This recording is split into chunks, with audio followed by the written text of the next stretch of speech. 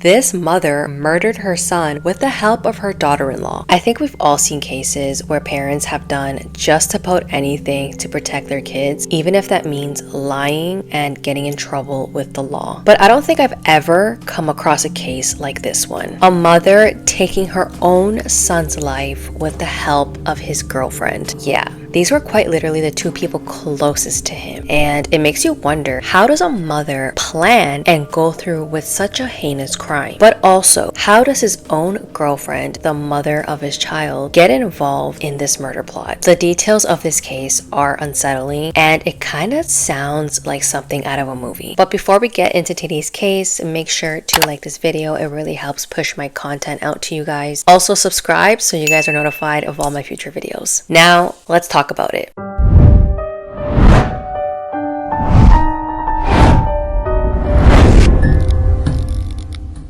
The story begins in 2021 when Alessandro Venier traveled from Italy to the city of Barranquilla in Colombia for vacation, and while he was there, he met Mylene Castro Monsalvo. At the time, Mylene was 26 years old and Alessandro was around 31. It's not clear how they met, but they started to get to know each other while Alessandro was vacationing in Colombia, and they decided to continue their relationship when he returned to Italy. And of course, at first, like any relationship, things were great and everything seemed perfect. But once Alessandro returned to Italy, they continued their relationship and were now doing long distance. But that didn't go on for too long, and about a year in their relationship, they felt like they couldn't do the whole long distance thing anymore, and they decided that it was time that they move in together. Eventually, Alessandro convinced Mylene to move to Italy and live with him, and they were excited. They both started their lives together in a town in Gemona de Friuli near the city of Udine. This town is said to be a very quiet and peaceful place in northeastern Italy. It's the kind of place where everyone knows each other and big crimes are extremely rare. As time went on, Mylene and Alessandro began having issues in their relationship. It wasn't exactly clear what this stemmed from, but Mylene accused Alessandro of abuse. She said his attitude towards her completely changed, and according to Mylene, Alessandro wasn't the same sweet, loving man she met in Colombia. She said that he became controlling, emotionally and physically abusive, and as time went on, this turned into death threats. Around this time, she also claims that he was drinking and smoking excessively, and he was also unemployed, so that altogether really affected their relationship. Then in 2024, Mylene finds out that she's pregnant, and they had their baby girl in January 2025. Now, you'd think that,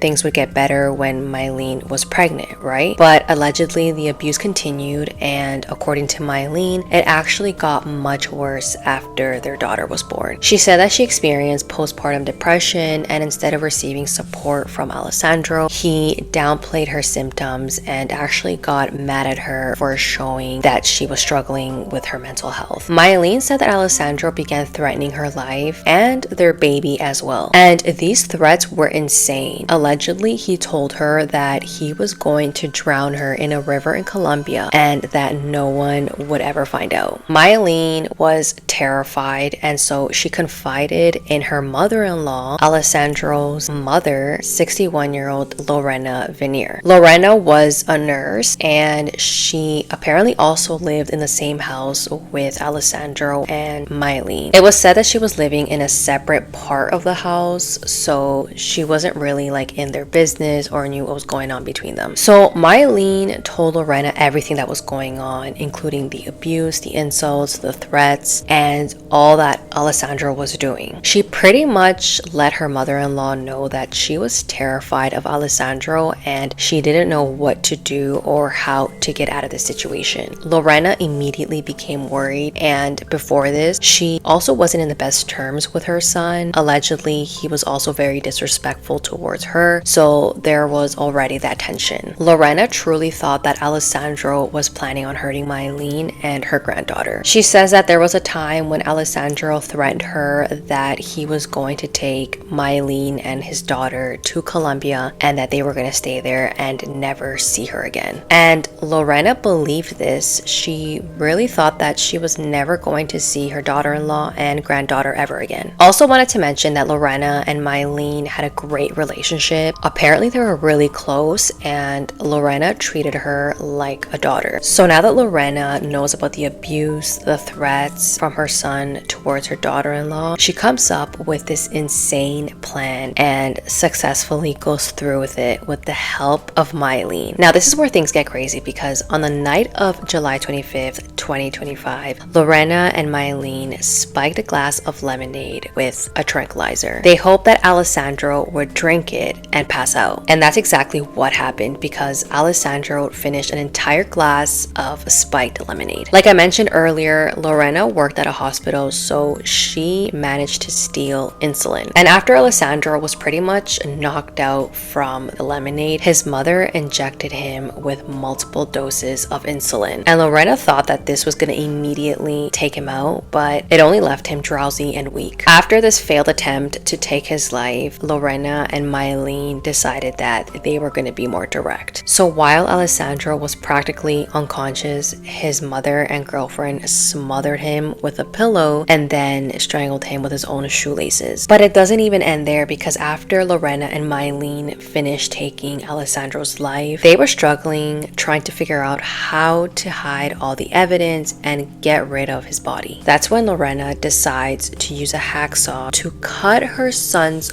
body into 3 parts. Then they put his remains in a bin and left it there, and then they just went on with their lives. The part that's really difficult to wrap my head around is looking at the photo of his mother and just wondering how someone who looks like this can commit such a heinous crime. I mean, she looks so frail and incapable. I don't know, I just can't see this person doing something like this. It wasn't long until Alessandro's body began decomposing, and the smell was so strong. They knew that people would eventually start asking questions because of the smell, so they moved his body to a different location and buried it in quicklime, which is a substance known to mask odors and speed up decomposition. But guys, it wasn't even a week later, and the guilt was eating up Mylene. All of a sudden, Mylene realized that this entire thing was crazy. Also, at this point, their daughter is like 6 months old, and she had this realization that I really helped murder the father of my child. So then Mylene went to the police and confesses everything. The police then went to the home, walked into the basement, opened a garbage bin, and found Alessandro's dismembered body hidden under layers of quicklime. They arrested both Lorena and Mylene, and they both confessed and basically said the same thing. Lorena told investigators that she knows she did a terrible thing and went about telling them step by step of what happened on that day. She even went into detail and told them what she used to take her son's life. She told them that she used a hacksaw and a sheet to avoid getting any blood splatter on the walls. Lorena also explains the motive to authorities and tells them that her son was abusing her daughter-in-law and she was terrified for her life. She told them that she felt like she needed to do this in order to protect Mylene and her granddaughter, and that this was the only way to stop Alessandro. She also goes on to explain that Mylene is like the daughter that she never had, so clearly she has a lot of love for her. And I mean, I'm assuming she does, because I don't think many people would go to this extent for anyone. Now, from what I've researched, it doesn't seem like Mylene ever called the police to make a report on the abuse. Again, all of this is alleged as of right now. We still don't know if Alessandro even did any of this. It also makes me wonder whether the mom was mentally all there. Was she suffering from any mental illness? Because for a mom to be the mastermind behind all this and take her own son's life, either there was more going on that we don't know yet, or like I said, she wasn't mentally all there. Authorities immediately placed Mylene's baby in protective care, and Lorena was charged with murder and concealing a body. Mylene, on the other hand, was charged with voluntary homicide and concealment of a corpse. They do believe that Mylene was an active accomplice because she helped with the dismemberment. This case is still ongoing. Mylene and Lorena have not been given bond, and there isn't a set date for the trial just yet. But I'm so interested in learning about both sides of this story. I wonder if everything they said is true. Was Alessandro really this horrible person, or is there more to the story? I'm also wondering if the defense is able to prove that Alessandro, you know, was threatening Mylene's life and the babies. Would they be more lenient? Overall, I think this case is shocking, disturbing, and different. Again, I've never heard of